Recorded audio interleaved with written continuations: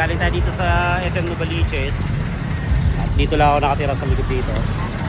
Pupunta tayo ng Tagaytay, di natin kung anong oras ay makakarating. Kung rito ng 6:30, pupunta na ako sa Tagaytay. At ito na yung kasama ko.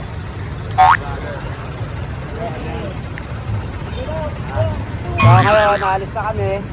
Magkakape lang kami ng Tagaytay. Ay.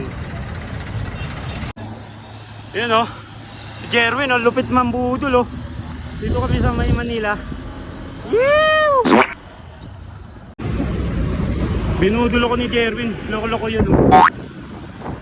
Budulin daw niya ako. Papabudol tayo. Hello Jerometer. Bye bye. Eh, nang budol sa akin yung sa likod na yan o. Binubudol-budol ako. Binudol ako ni Ryan. Yeah.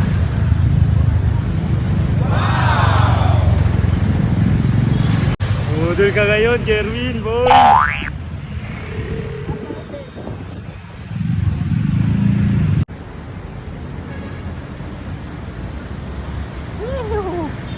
SM, Bacoor, baby. Sabi yung ilaw, parang light lang. Yeah. Lagi akong binubudol. Eto, nandito na kami ngayon sa Imus, Cavite. Yan o, 1 oras 25 minutes nandito na kami from Novaliches.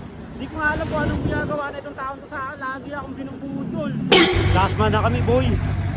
Tinan mo naman yung baby, boy. Yeah. So 1 oras pa, nasa arko na kami. Sana kaya namin ng 3 oras. Pero kung hindi, 4 kalahati. Yun o, silang na kami. Dito na kami sa Vista Mall, silang.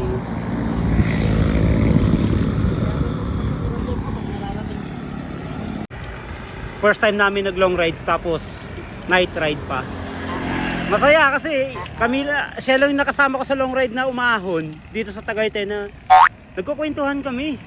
Napakamamo pa ng lalaki na to. Ayan yan o, yan o. Si Jerwin o, patuloy na nananagaytay. Wow! Medyo na uli. Yun o, sa wakas dito na si Jerwin sa arko ng Tagaytay. Basic na basic sa kanya oh. Grabe na pakamamon eh.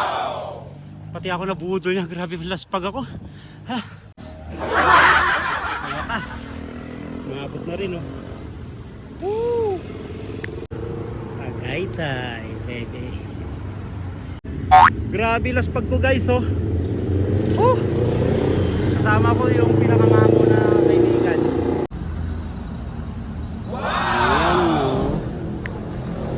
Pahinga muna kami. Kasama ko si Wen at saka si Jerwin. Grabe takbo namin, napaka chill. Umabot kami ng 4 hours and a half. Dito na kami sa Tagaytay. So kakain kami kasi nagutom na kami. Hapon pa kami kumain yan. Grabe yung pambubudo sa akin. Itsura na yan na masaya lang. Laspag na to, alam mo ho.